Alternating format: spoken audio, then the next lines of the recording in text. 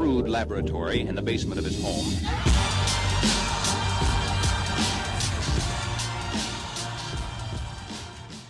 All right, man. Well, welcome to the show. I appreciate you taking some time out of your schedule, and I think what we're going to talk about today is, one of the more important topics impacting organizations because there's so much crazy shit going on in the world right now, and I think being a leader and the trials that come with leadership and our thought process around how we engage with our teams and think through how we operate.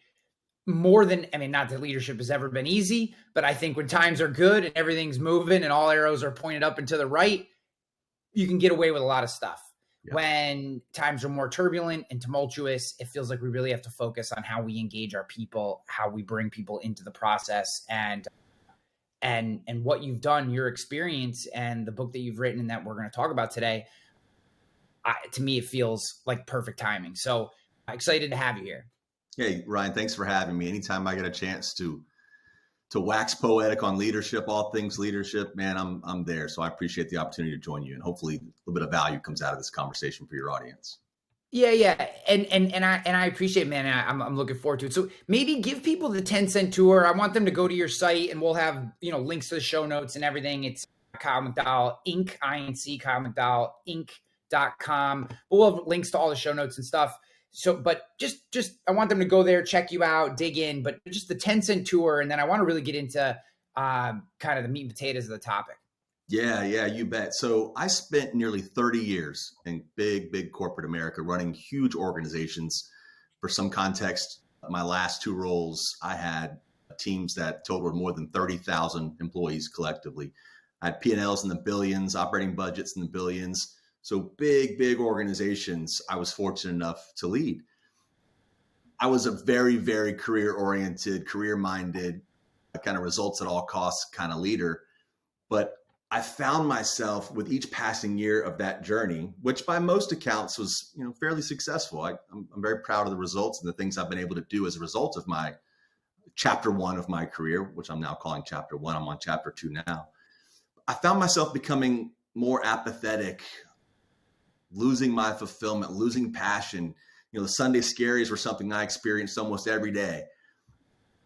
And it occurred to me that it doesn't have to be this way. I had an epiphany where I had a chance to join an organization where I was given essentially carte blanche in leading a huge cultural transformation from day one. It was 15,000 employees. It was a $7 billion program that I was asked to lead. And right out of the gate, man, I knew I had to do something different, or else I would have those same feelings of apathy and kind of disenfranchised. And so right out of the gate, I led with a very different approach. The night before I was to meet with the top 40 or 50 leaders of that organization, of my team, I just sat down and with my full open heart and vulnerable fingers, I typed out what turned out to be called the 10 we's. And there are 10 principles, each beginning with the word we. And they were the manifesto. Actually, they still are, of that firm. I left about 5 years ago, and it's still the cultural manifesto for that organization. They have the 10 We Awards. They're part of the performance appraisal process.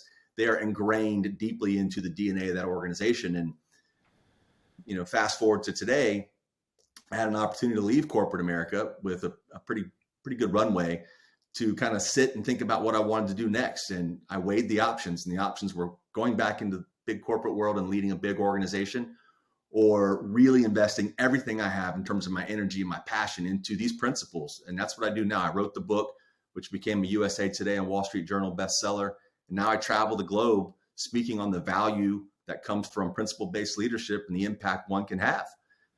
So this is chapter two. And now that I've been in this kind of game, if you will, for a little over a year, the book came out last September. I've come to realize it is my passion. It's my calling. It's why I'm here. So it's what I'm doing every day now.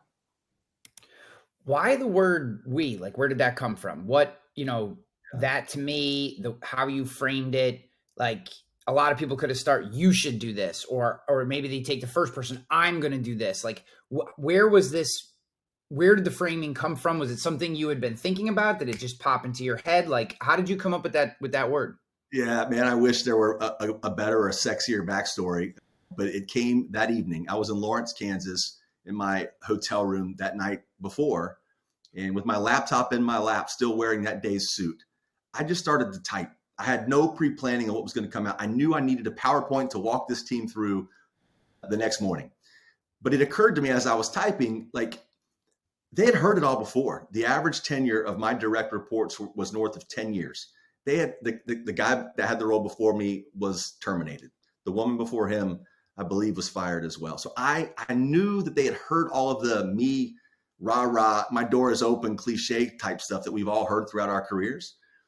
And I wanted to be very, very clear about one thing. We were going to establish what I called at the time our rules of the road. And those rules would be 100% applicable to me just as much as they were to the team. So I walked through these principles and I said, guys, these are our rules of the road. And they are the rules by which I will hold you accountable. And I'm comfortable saying that out loud because I want you to hold me accountable to these same principles. Because what I saw and what kind of led me to my state of apathy inside of my previous 20 plus years was this double standard, what I've come to call the leadership gap, where the leader, or more appropriately, the boss, is entitled to behave in a way without any repercussions that the team cannot behave. So I really believe strongly that if you want to have strong relationships, including big levels of trust inside your team, you got to be on a level playing field. Now, clearly, someone's got to call the rules and call the plays, and at the end of the day, they make the final decisions on our path. But I believe it should be done in concert with everyone on the team, kind of a meritocracy of sorts, and that's what resonates. It seems to be resonating with those that I work with now because they're tired of the old leadership playbook. So we came about very innocently, but now it is like tattooed on my brain. Yeah. Why do you think so many individuals, when they ascend to a position of leadership, even a seemingly menial position of, like a very entry level position of leadership, does it immediately become, I feel so many new to leadership individuals in particular, but this perpetuates throughout. It's like they start trying to find the juice. Like, what is it about this position that makes me better, different, some sort of schmoogie that I get that puts me in this place? Like, why do you think it is our nature to immediately go to almost like that self-absorbed leadership that we see so often that becomes, today we consider it like toxic leadership or whatever. Yeah. What is it about our nature, or what pitfalls do people fall into where that becomes what they are? Because I found people that I knew that early on in their career, you would have never thought that this is the way they would lead. And then they get into that position, you're like, oh my gosh, look how much they've changed or whatever. So what are some of those pitfalls? Why do we find ourselves in that position? Well, it's a wonderful question. And I think the root of that question, Ryan, is what plagues most companies today. And I think the answer is twofold. Number one, when we promote someone into a position of leadership, in most cases, especially when it's within the same company, they didn't leave and go somewhere else. In most cases, they get promoted not because they've shown great signs of being a great leader. It's because they've gotten pretty good at processing a widget, or they've gotten really good at their individual contributor role. So there's a management position that opens, they raise their hand, and the people, the powers that be that are responsible for selecting that person, they say, Ryan was pretty good at processing X, Y, and Z. There's an opening in his department now to lead that function. Let's put him there. But they don't spend another moment after that investing in, training in, developing the leadership skills and acumen of that person. They just simply put them in that position and say, go be a leader. So I think that's the fundamental problem. But then it's exacerbated because if I'm just now thrust into a leadership position and I'm not provided any formal or even informal kind of onboarding, management 101, how to lead, how to have difficult conversations, those types of things, what am I going to do? I'm going to emulate the same behavior that I've seen throughout my entire career. And so the cycle persists. And you used the word perpetuate. That's what happens. Because think about it this way, man. If I'm up for promotion, a lot of times, or let's say the bulk of times, the boss to whom I report is not someone that I hold dearly. I don't hold them to a high standard because they haven't earned that, right? But that person is the person who selected me in the role. So it behooves me, for lack of a better expression, to imitate and emulate that behavior. And so the cycle continues. And that's a lot of what I talk about today when I'm on stage or when I'm working with clients is somebody has to break that cycle. Somebody has to be promoted into a role or take on a leadership role and say, enough, I'm going to lead differently. I'm going to be the leader I've never had. And that's what I endeavored to do when I made that change back in 2017. Yeah, I love it. So I run a national commercial insurance agency. And in between having amazing conversations like the one we're having now. And, one of the things that we talk about all the time during our leadership meetings is this idea of being of service, right? I say you take an of service mentality. When you become a leader, you actually lose your day-to-day function activities. And right. Your job is now to support those people and be of service to all the individuals at which you're are underneath your charge. Yep. And it's a very difficult concept. And the first time you explain it to people, you're positioning as I'm using this idea of working with this team. Like your job as a leader is not to make decisions. You know what I mean? Like, yes, the buck stops with you, but day to day, minute to minute, your job is actually to provide an environment. At least this is my perspective and the way I teach it is to provide an environment in which your people get to be the best versions of themselves. Mm-hmm. And in there, you have to be of service to them. They're going to bring problems to you and you're going to help them solve those problems. You can't then be a problem to them. Mm-hmm. And that is a very, it's funny to me, I'm framing it a little different. Actually, when I was going through all your material and looking through the book and stuff, I was like, I really love the way that you frame this idea. And I want to get into the book a little more and some of the specific we's that I had questions about. But like, I've been shocked how certain people will come into our organization in the leadership team and will start talking through these concepts and kind of my methodology for what it means to be a leader. And I'm like, look, your job, yes, the buck stops with you for this department, but your job, you're just one job in a whole department. You're not, right. You know what I mean? Like people take this on as like, I get to walk around and just point fingers and point direction. And it's like, no, you just have a certain set of things that you do that are different from everybody else. It doesn't mean that you're better or somehow know more or somehow are a better decision maker. That's often not even the case. And so few people have even heard that message. Up until that time, they've probably heard nothing about what it means to be a leader, right. Or it's about making decisions. Everyone thinks it's about making decisions. I want to make decisions. And like for me, when I hear someone talk about wanting to make decisions or wanting to manage people, that is like two of the biggest red flags that I can see. Because if you actually want to be the person making decisions and the person managing people, I don't know, I feel like there's something wrong with you. You said something there that really got my attention. You described a boss, someone that walks around playing gotcha, trying to find a member of the team not doing what they've asked them to do or not performing in a way that. But Ryan, I'll boil it down to something even more kind of elementary. Here's what the job of a leader is really twofold. That's it. Two obligations. The first is to remove all of the barriers that stand in the way of your team being excellent. That could be a lack of reporting. It could be any number of things. It doesn't have to be some huge strategic initiative. It could be, somebody needs to leave at 4:00 every Thursday to pick up their son or daughter, whatever it is, removing the barriers that stand in the way of that team being excellent. That's job one. And job two is related. And that is to inspire and motivate the team in spite of the barriers you were unable to remove. Because think of it this way. If you're able to remove the things that stand in the way of their excellence, maybe it's a silly policy or a redundant procedure, you name it, something that just stops them from being great or even excellent.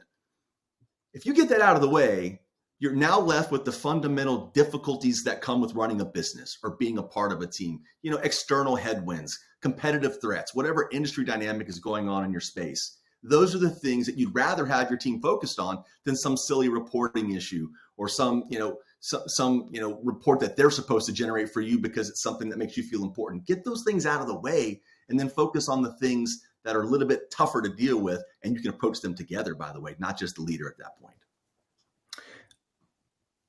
When you were putting these we's together, is the order that you have them in, is this the order they came to your head? or how did you think about arranging them? Was there a narrative to the wheeze? And we can get into some of the particulars that I have questions about. But like when you were, is this the way it came to you and it felt very organic and serendipitous? The muse is sitting on your shoulder and just flowing through you, or did you just come up with a list and then try to reorganize and actually come up with a sequence for how thinking through them? Yeah, man, as much as I would love to tell you this was pre-planned and the muse was there and she and I had a great conversation that evening, it wasn't like that. Yeah. The direct answer is they were not in the order in which they are in the book in the way that I evangelize them now. Because the truth is, the night before I was to meet with this group of leaders, I had no idea what I was going to say. I just knew it had to be something different. And these 10 sentences came out of me. I'm not super creative, so the result was the 10 we's. They were reordered as I started to write the book, because it occurred to me in a particular order, they actually build upon one another and they build upon the previous we. So when we walk end to end, they essentially build kind of a fortress that insulates the team. And that did not exist right out of the gate when I first created them. It's a great question. So I want to walk through just 2 or 3 of these. Obviously, everybody. So the book is Begin with We. Go get the book. We're gonna have it linked up. Obviously, it's on Amazon and all the places that you can buy books. So you don't have to actually go to the show notes. Just go to Amazon and get it directly or wherever. But the first one I wanted to just kind of dive into a little bit was number 4. We take action. Taking action and making mistakes is okay. Being idle is not. This is, to me, one of the most difficult things for even the most experienced leaders to wrap their head around. Mm-hmm. Oftentimes I get asked, like, how did I, in the successes I've had in my own career, how did you get here? How did you do this? And it's always, I just had an idea and tried it, right? Like I didn't know, like, I said, sometimes when I'm doing my own keynote speaking, I will, people will ask me questions about different things. And I'm like, guys, this is 100% off my own beats. Like, you guys don't understand. Like, I'm not up here like preaching theory to you from some book that I read, like what you see. And this goes, I think, for every business, every leader, every organization. We don't know what the hell works and what doesn't. Like this, you'll have conversations with leaders and they will like sit back, and there's like a move that these guys do, especially the egotistical ones. They like get in this position in their chair or, whatever. And it's like, they just know what to do. And I'm like, you have no freaking clue. Like, have you done it? Have you tried it? Have you put that in practice? Then you don't know.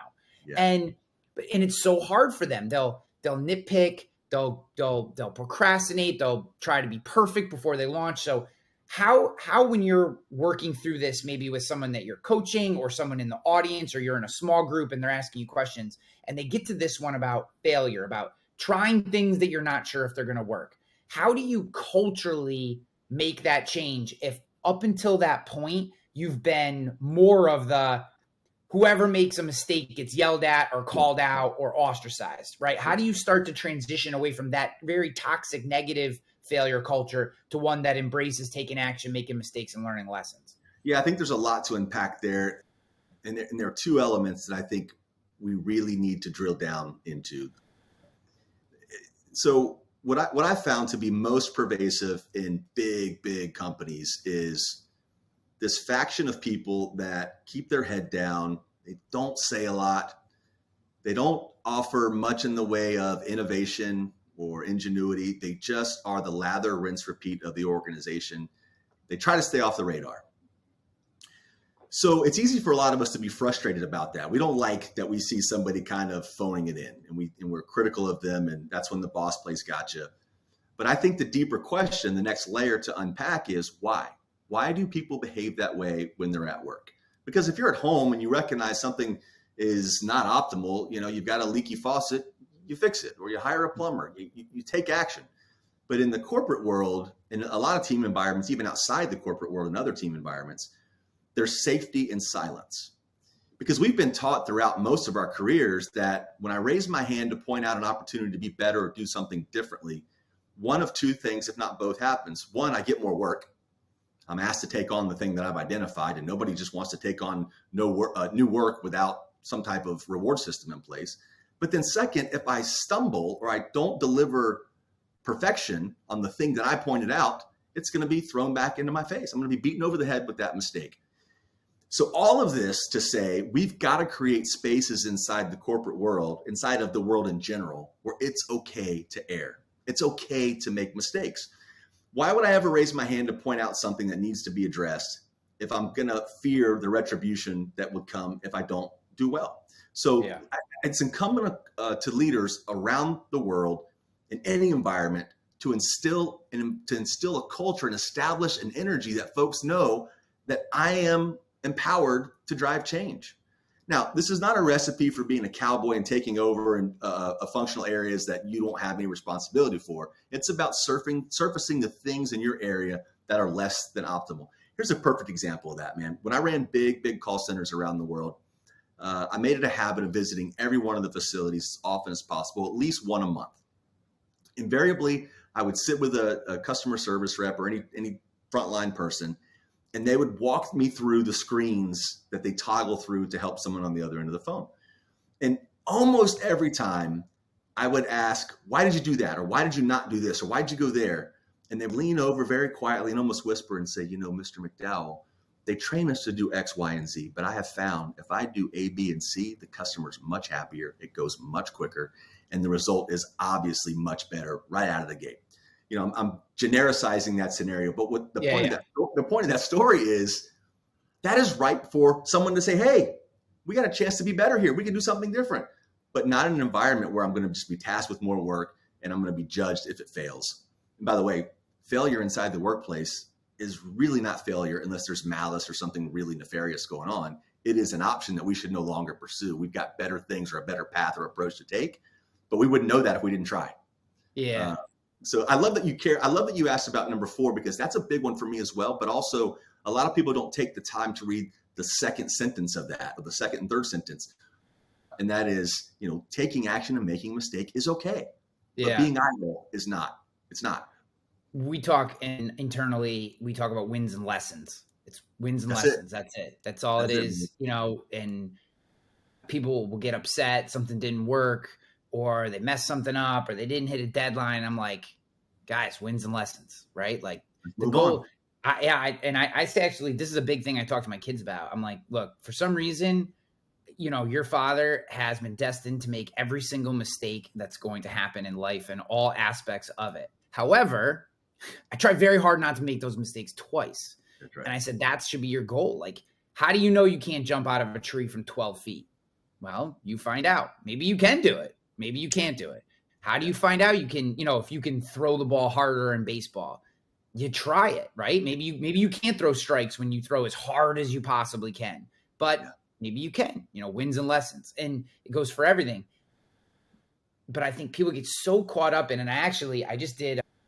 So the podcast flow of my podcast is on Mondays. I release like something about 15 minutes. It's usually just me, and it's around one singular idea. And then on Thursdays, I release an interview, like what we're doing right here. And I just recently did one that I think speaks to this particular idea, which is around the idea of the spotlight effect, and how we oftentimes find ourselves debilitated to take action because we think everyone is actually looking at us and judging us and thinking about us. So the whole episode was basically the reverse information around the idea that no one gives a shit about what you're doing. Amen. If anything, they give you a breezing of attention. Even your boss, when they're mad at you, is going to like point at you for a second and then walk away and have to deal with 17 other problems. So, I think the two things you pointed out are actually the things that hold them back, right? It's I don't want more work and not be compensated for it. And I don't want more work to not be compensated for it and then have the opportunity to get yelled at. And that's why I love incentives. I love helping people get buy-in. I love these ideas of wins and lessons. I mean, to me, this is one of the biggest ones, because how many people that you know in your life, and I know a ton, who like I talk to them and I'm like, if only you would do the thing that you tell me you daydream about, you'd be so much happier. And they just won't do it because they're so worried about failure, or they're so worried about something not working, or their boss getting mad at them because they have a side hustle or something. I'm like, why would your boss care if you're making candles on Saturdays? Like, what are you talking about? But we don't take action because of these things. Yeah, and you asked a question earlier about the order of the we's, and I'm inclined to share the next one because it touches on a topic that the path you just went down. The very next we's, we own our mistakes. Yeah. Because we don't judge people. I think by and large, we don't judge people by their mistakes. We judge them by how quickly they remedy the mistake and if they make it again. I don't know about you, man. When I have a bad experience as a consumer, if the firm or the company, the person goes out of their way to make it right and it doesn't happen again, I am more loyal to that company now because they've shown they care. They've shown that they care about my experience and they fix the problem, right? So, but none of that happens if we don't own the mistake, right? We don't hide behind it. We don't blame others. We say, look, man, but again, that only comes when that environment of safety has been created. Yeah. And I'll give you guys at home a perfect example of this. I have a tool that I use for my business, and they did not send me any kind of notification that they were going to bill my card. And when they did, they mistakenly billed it annual instead of monthly. So, I mean, not a big deal. It wasn't like the most money ever, but all of a sudden you see this like fairly large number on your credit card. You're like, what the hell is going on? So no big deal. So I emailed them and I said, hey, I never got notified that you were going to bill me. And two, when you did, you billed me annual and I wanted monthly for this particular product. And one email, hey, just send us the last 4 digits of your credit card to confirm that we have the right card on file and we'll reimburse you and change it to monthly. And it was done in 45 seconds. And like, I was like, I now have more positive feelings despite the mistake than I did before, even though I'd been using the tool for a while. Cause now I'm like, oh, they made a good product and they care about me, right? Cause you get to see how much they care about you when you make the mistake, in my opinion. Not when everything's going great. How much they care when something bad happens. And not that you want bad things to happen, but that's really when you have your chance as a company to say, look, we do care about you. This thing isn't right. We'll make it right. And you can tell the companies that don't, because they lean on their policies, or you signed a contract, or, and that's when you're just a number. They don't actually care. Yep. Well said. Yeah, that's a tough one. So, okay, I want the next one that I'm going to skip. I know this one is last, and there's probably a bunch of buildup to get to it. But I want to talk about we obsess over details. Details matter a lot. Mm-hmm. And I want to talk about it from 2 frames. You can pick whichever one you want to start with, but I'd like to address them both. If we were doing a personality test, every single time fall in kind of that driven but visionary area. I struggle with details. Maybe some of it is I just am not disciplined enough to go down to details. But the other side is I have like severe ADHD that I actually went and got diagnosed like 2 years ago because I was like, what the fuck is wrong with me? And now I know what it is. Right? You're in good company. Yeah. So I'm in good company. How about that? Yeah, well, I think it's probably the reverse, but I appreciate that. So I know and have learned about myself as a leader that I'm really good at getting to 10,000 feet. Maybe I can come down to 5,000 feet once in a while, but I ain't coming all the way down to the ground. Like, it's just not going to happen. If I'm boots on the ground details, day-to-day details, I become irritable. My energy meter I can just watch my energy meter go to 0. Yeah. So there are a lot of leaders that I think find themselves in that situation, because I think leaders, they over-index in one of the 2 areas. They either over-index on the COO integrator, if this were traction or EOS, that COO integrator side leader, or they over-index on visionary, and that's how they ascended to that position. Is they really over-index on one of those 2 things. I mean, some people are balanced, but a lot of that is just years of training, not natural. So if you're on the visionary side, and you're not just, and I apologize for the long question, but I think some people classify themselves as visionary and really they're just lazy. So let's say that's not the case, right? Yeah. Let's say you are actually you're more of that visionary side. How do you come down into the details, or how do you manage this part of the we and be fair to your team? Because that's sometimes what I even worry about myself, is because I'm not detail oriented and it really sucks the life out of me. I feel like I'm not sometimes being fair to my team because I'm so terrible at the details, if that makes sense. It makes complete sense. And boy, where to go with that one? So let me back up, because we obsess over details was purposely moved to be the last principle, because if you start off with an obsession over details, I think you're setting the team up and yourself for failure. Like, to me, that's the icing on the cake. It is how the level of obsession over details, to me, is indicative up to the level of care that we put into the product or service that we offer to those we serve. So that's the macro view of that principle. Now, the scenario that you just teed up, the visionary versus kind of the doer, is a beautiful illustration for that's why we have teams. That's why we have teams. No one person is good enough to do it all. It doesn't exist, right? But the way you frame that, and I'm not blowing smoke here, Ryan, the way you frame that was so powerful to me, because you talked about it in a way that was so vulnerable. And that's where a lot of leaders fail, is they don't acknowledge what they're not good at. And by the way, the team's well aware of what you're not good at. Yeah, I'm certain your team will echo everything you just said. No, Ryan's not good at the details. That's not his thing. My former colleagues and the folks that reported to me throughout my entire career would tell you Kyle sucks at the details. There are a few things I'll go really deep on that used to drive people crazy. Just as who I am. But nobody goes it alone, man. So the more open we are about our shortcomings, the more vulnerable we are about our flaws and our gaps and the things that we'd like to develop in ourselves, because leadership is a never-ending journey. We should always be learning, always. But when you acknowledge an area of opportunity for yourself to your team, especially those that report to you, you've now established a sense of trust that you didn't have before. Why? Because nobody trusts the boss that knows it all. Nobody trusts the boss that seems to have all the answers, is never rattled, is never concerned. That's not human. So when we're vulnerable and share these things, like, I'm not good at this, guys, I need to hire someone that can help me keep my eye on the details. I need to hire. So that's what a team is all about. But hiding behind or not acknowledging your shortcomings as a leader creates a false facade that will not you won't bond with your team if they sense that you're being a fraud. I always say authenticity and relatability equals trust.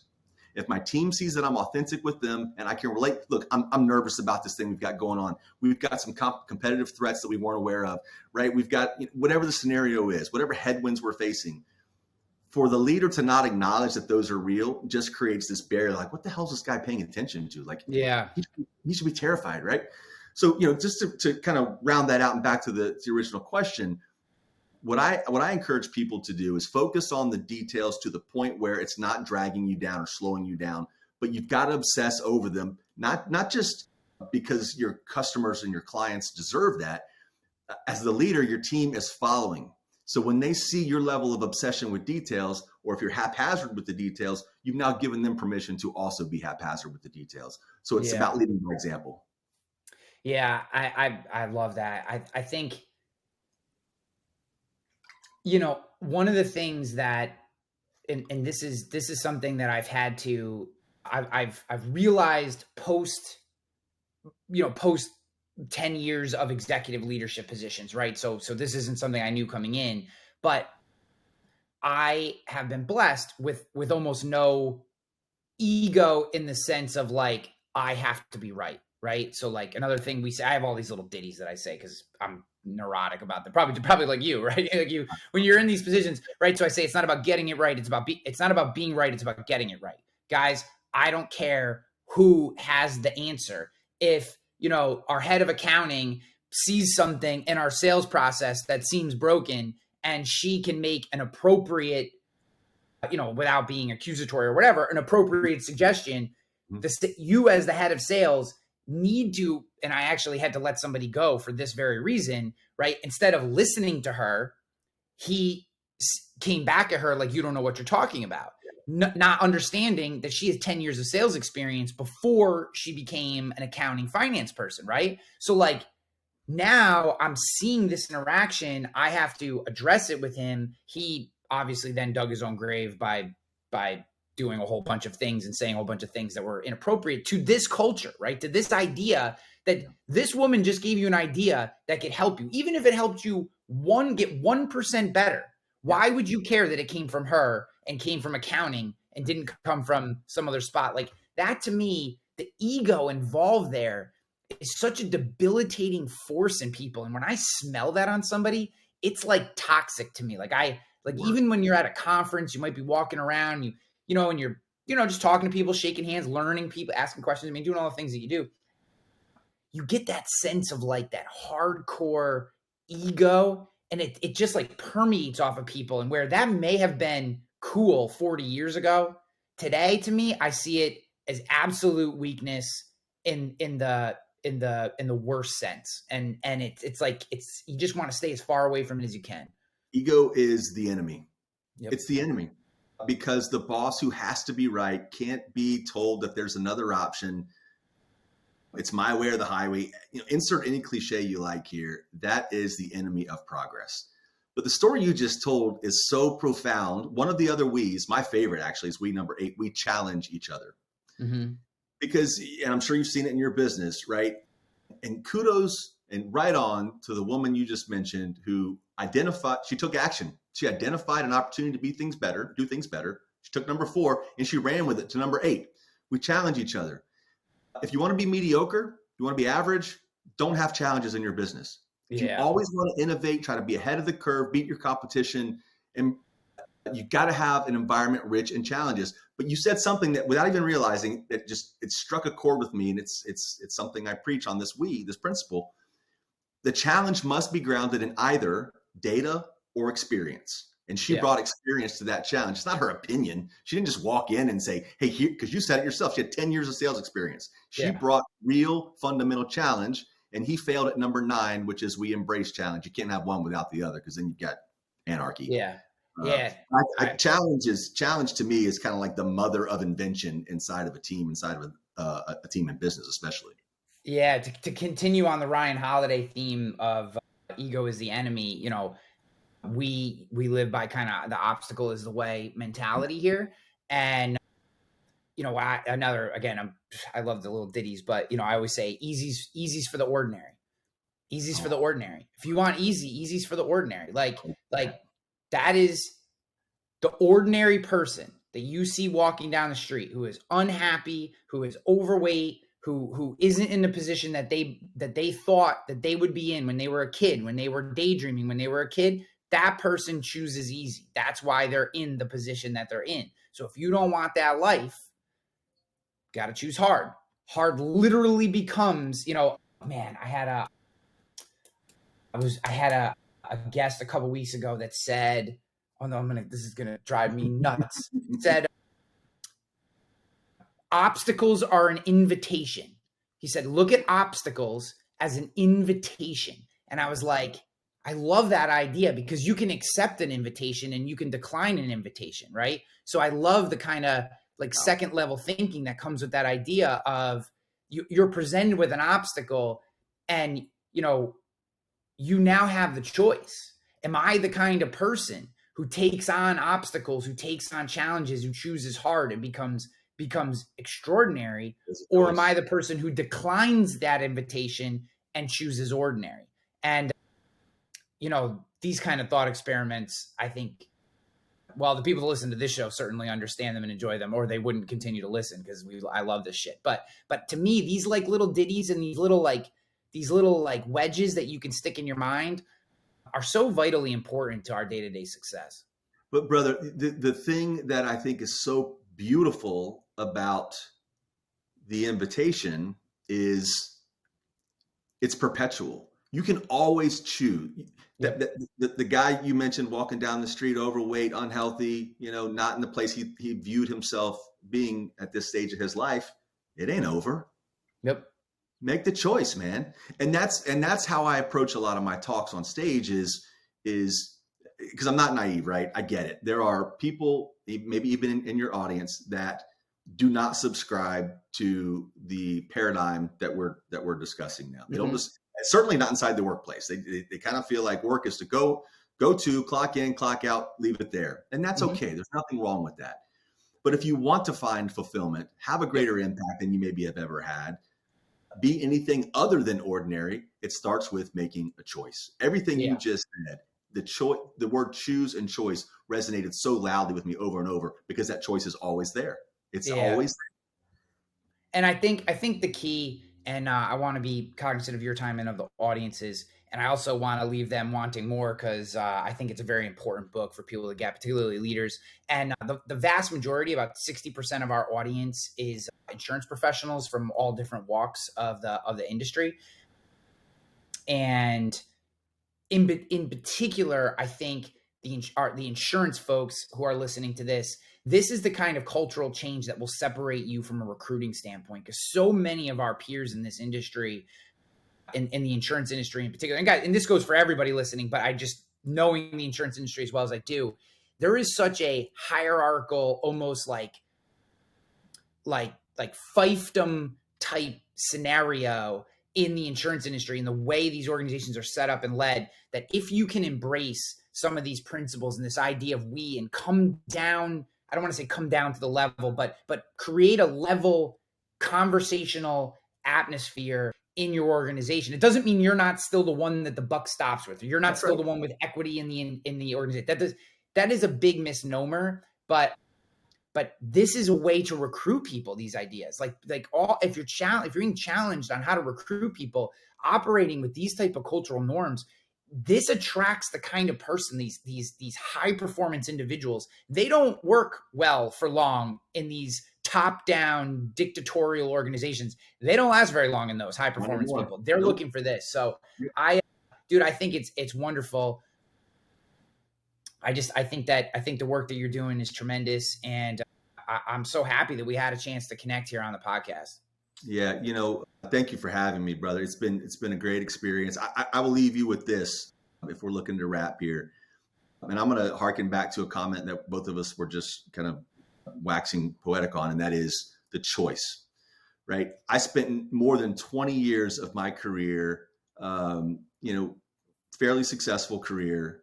But I cannot point to you one accomplishment business-wise that I am so proud of to share that your audience would find value within, right? I cannot find one. But if you were to ask me, point to the number of people that you felt like you have had a lasting impact on, your leadership legacy, the thing that they will talk about years from now about you, Kyle, this show would last 2 hours. You couldn't shut me up. Yeah. And I'm just traveling down that path for one very simple reason. I think so many of us shuffle through our professional lives, promotion to promotion, company to company, as if we're sleepwalking. I know I did until I made the choice to be the leader I never had, to try to find the fulfillment and the optimism with which I entered the workforce, because I think slowly over time we lose that. There's this expression, Ryan, they pay to forget your dreams. Yeah.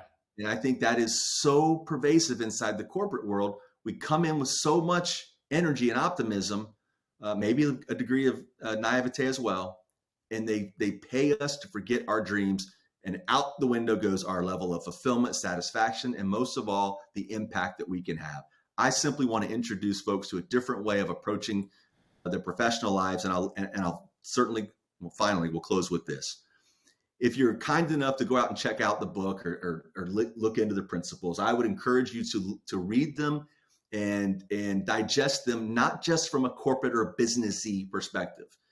It's been the most welcomed, unanticipated byproduct of my whole journey, is complete strangers reaching out to me to say these principles have changed how they raise their children. I have chills saying that. It's changed how they approach their relationships. So don't just folks out there, don't just hear our conversation. This is some business wonk trying to get people to lead differently or sell a bunch of books. I promise you, and I'd love to hear from those that disagree. If you give a real, genuine, legitimate shot at living your life, and especially leading with these principles, the reward that will come will be something like you've never experienced. That's the Kyle McDowell promise. Take that for what it's worth. Yeah, dude, I love it. I agree. I mean, I was reading through it and I was going, this could apply to marriage. This could apply to coaching. This could apply to how you handle your kids, how you deal with people in your community. I mean, don't be an asshole is Just be a basically good what it human, means. dude. You know, That's so true. I gave a talk the other day. I had this great kind of build up, and I said, I got the answer to this study, you guys. If you want to be a great leader, here's the formula: be a good human. yeah, be a good human. Yeah. For some reason, and surprisingly, when you're good to other people tend to be good to you. It's just shocking that the world would work that way, but you know, It's so simple but so profound. You're so right. if people want to connect with you, like on the socials or whatever, like just give them the rundown on the places that they can go. Yes, sir. So all platforms are at Kyle McDowell Inc. My website is kylemcdowellinc.com. And I say this with 100% authenticity. I love to hear from those that might be struggling in their leadership journey, for people that have ideas they want to bounce off of me. I'm here for you. Please reach out. I'd love to hear from you. Yeah, appreciate you so much, man. Thanks for coming on. My pleasure. Thanks, Ryan. I'm going to Shaboom's.